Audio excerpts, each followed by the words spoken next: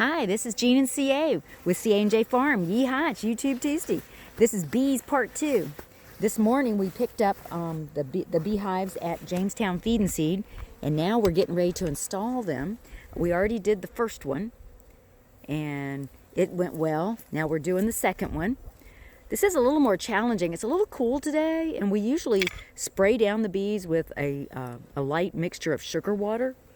But today, it's too cool to do that, so we don't want to do that. We're afraid we might kill them. So CA pries off the top,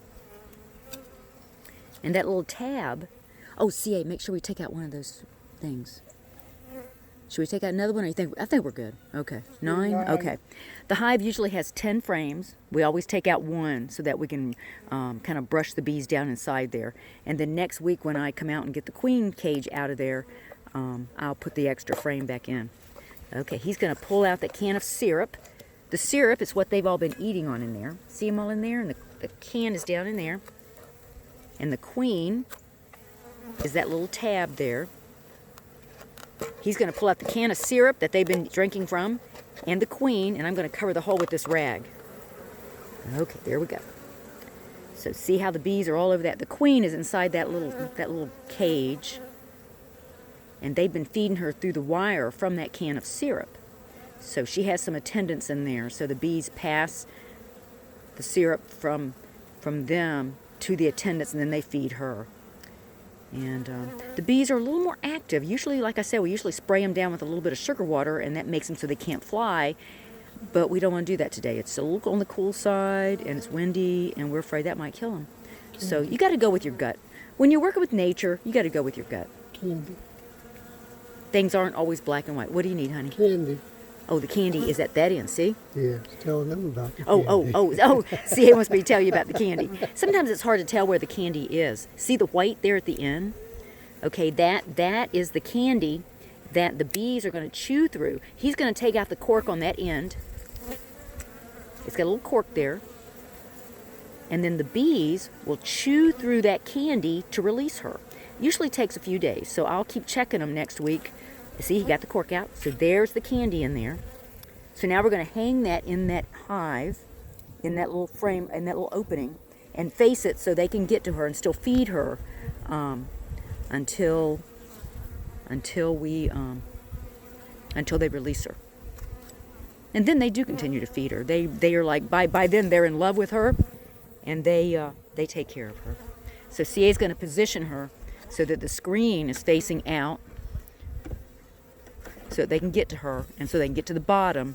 And they're going, like I said, they're going to chew through that candy covering in there, and release her. It'll take a couple of days. Right now, they don't necessarily love her, but by the time they release her, they will, and she'll be their queen. You can see it in there. And we're just using one medium frame bottom, and these are frames that have already been built out by previous bees, which will give them a chance to really get ahead of things. Okay, we are ready to dump them in there. I'm going to use the brush. CA's going to tap them down just a little, and then we're going to put them in there. Like I said, they're a little more harder to work with because we didn't wet them down, but hey, this is how it is. Okay, so he just dumps them in there, and then I brush them into the opening.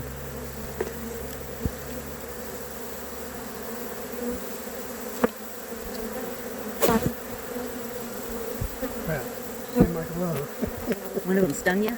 That's it. Okay. Yeah, they're getting in your glove, aren't they? Yeah, okay. Okay, see, I had to take a moment.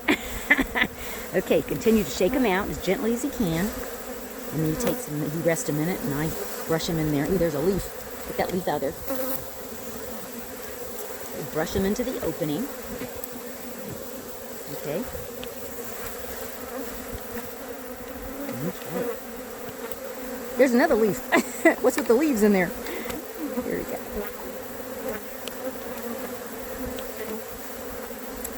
I picked these beehives up this morning in Williamsburg over at Jamestown Feed and Seed. I tell you, it was quite different than usually. Usually we pick them up, and all the beekeepers are visiting. It's the only time during the year we all get together. There's people that come all the way from Maryland to pick up bees there. And but it was sad this today. Nobody's visiting. Everybody's staying away from everybody. but hopefully be back to normal next year. The ones that didn't come out now, we're just going to leave in front here. We're going to tilt it up,